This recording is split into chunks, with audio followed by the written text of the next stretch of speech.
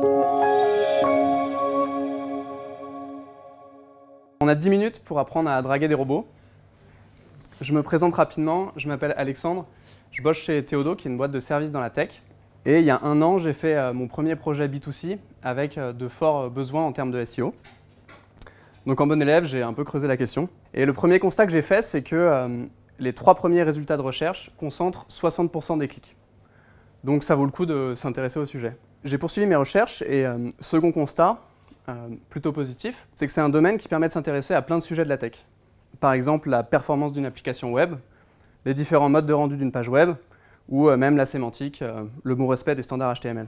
Je continue à creuser et là je me dis, bah tiens, le premier truc que je dois comprendre, c'est comment fonctionne la recherche au Google. Pourquoi Google? Tout simplement parce qu'il domine très largement le marché des moteurs de recherche. Ça aurait pu être différent si je m'étais intéressé à des utilisateurs en Chine ou en Russie. Donc je creuse le fonctionnement de la recherche au Google et première question, qu'est-ce que l'index? D'où viennent les données qui s'affichent quand j'effectue une recherche? On peut voir l'index comme une base de données optimisée pour la recherche avec en ligne des mots-clés et en colonne des URL de sites classés par ordre de pertinence. Et l'indexation, c'est tout simplement le passage d'une collection d'URL à cette base de données qui est optimisée pour la recherche. Si on creuse un peu plus, c'est qu'on se demande comment est-ce que l'indexation est effectuée. On comprend qu'elle est faite par des crawlers qui viennent dépiler des URL d'une file d'attente. Ils viennent se demander, tiens, est-ce que j'ai le droit de requêter le HTML de la page? Si c'est le cas, ils le font via une requête HTTP. Et ils viennent détecter tous les liens qui sont présents sur la page pour les ajouter à la file d'attente. Ensuite, deuxième étape, l'étape de rendering. Là, les crawlers viennent exécuter du JS pour rendre le HTML supplémentaire. Cette étape, elle est plus coûteuse. Et elle nécessite l'intervention d'un bot qui est plus puissant et qui a les capacités qui se rapprochent de celles d'un browser. Et ensuite, dernière étape, l'étape d'indexing. Là, le crawler va analyser la page et en fonction de ce qu'il y trouve, il va la placer dans l'index et donc lui donner une pertinence par rapport à des mots-clés. À ce niveau-là, 2 constats. Le premier, c'est qu'il vaut mieux éviter de se baser sur le rendering, puisque c'est une étape coûteuse qui est plus risquée. Donc là, une approche, c'est de passer sur un framework de rendu côté serveur, par exemple Next.js, et c'est ce que j'ai choisi. Et deuxième constat, c'est l'indexation qu'il faut absolument pas rater. Donc zoom sur l'indexation. Là, il y a tout un tas de choses qu'il faut bien fournir au crawler pour qu'il favorise la page dans les résultats de recherche. Première chose, les URL canoniques. Il y a une erreur à ne pas faire qui est de laisser Google croire que le contenu est potentiellement dupliqué sur le net. Et les URL canoniques, c'est une URL de référence qui vont indiquer à Google, voilà, c'est à cette URL que tu dois trouver le contenu. Et si tu trouves le contenu à d'autres URL, fais pas attention, c'est OK. Par exemple, l'erreur classique, c'est d'avoir le même contenu présent à une URL avec un slash à la fin et sans slash à la fin. Là, Google risque de considérer le contenu comme dupliqué. Autre bonne pratique, il faut fournir au crawler tout un tas de métadonnées.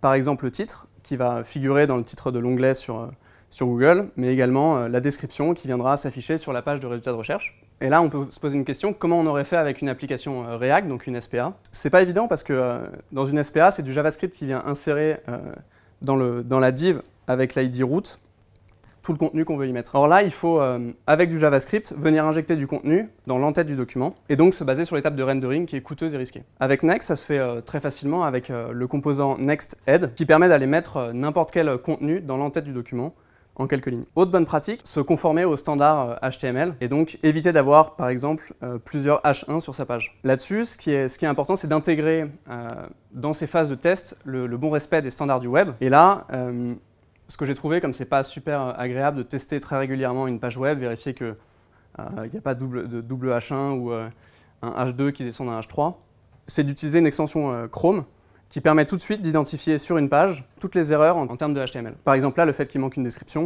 le fait que le titre est trop long ou qu'il manque une URL canonique. Enfin, on l'a vu, Google vient détecter tous les liens qui sont présents sur une page web pour les crawler dans le futur. Donc un truc à pas rater, c'est de bien mettre ces liens sous la forme de balise A et non pas sous la forme de bouton. Là-dessus, avec Next, c'est très simple. Ils fournissent un composant link qui permet de wrapper une balise A et ensuite, une fois que la page est construite par le serveur, de mettre la balise A dans le DOM avec le bon href. Là, ce qui est très cool, c'est que pour l'utilisateur, c'est hyper performant puisque dès que le lien arrive dans le DOM, les informations de la page vers laquelle le lien mène sont fetchées par le navigateur. Donc vous avez une navigation qui est quasiment instantanée pour l'utilisateur. Il y a pas mal de choses.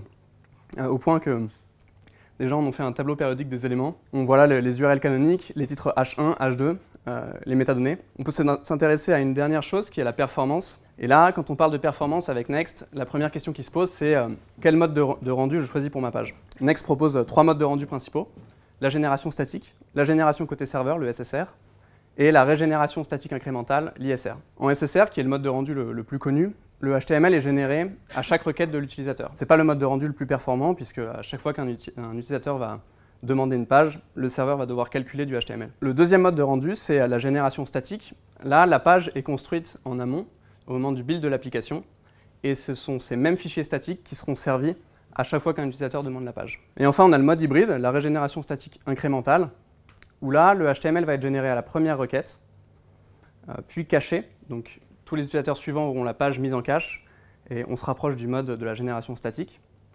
Mais c'est possible de définir une durée de cache au-delà de laquelle le HTML sera recalculé par le serveur. Autre chose très cool à savoir sur Next, c'est possible de configurer le mode de rendu par page. On peut avoir des pages qui sont générées de manière statique et des pages en SSR. Donc à force d'avoir à prendre cette décision lors des développements, j'en suis venu à écrire ce petit arbre de décision. Et la première question que je me pose, c'est est-ce que le contenu doit être mis à jour fréquemment? Et est-ce que l'utilisateur doit avoir toujours la version la plus à jour du contenu? Si oui, dans ce cas, on est obligé de passer sur du rendu côté serveur. Sinon, il faut se poser une deuxième question, c'est est-ce que la page dépend d'informations que je connais que au niveau de la requête?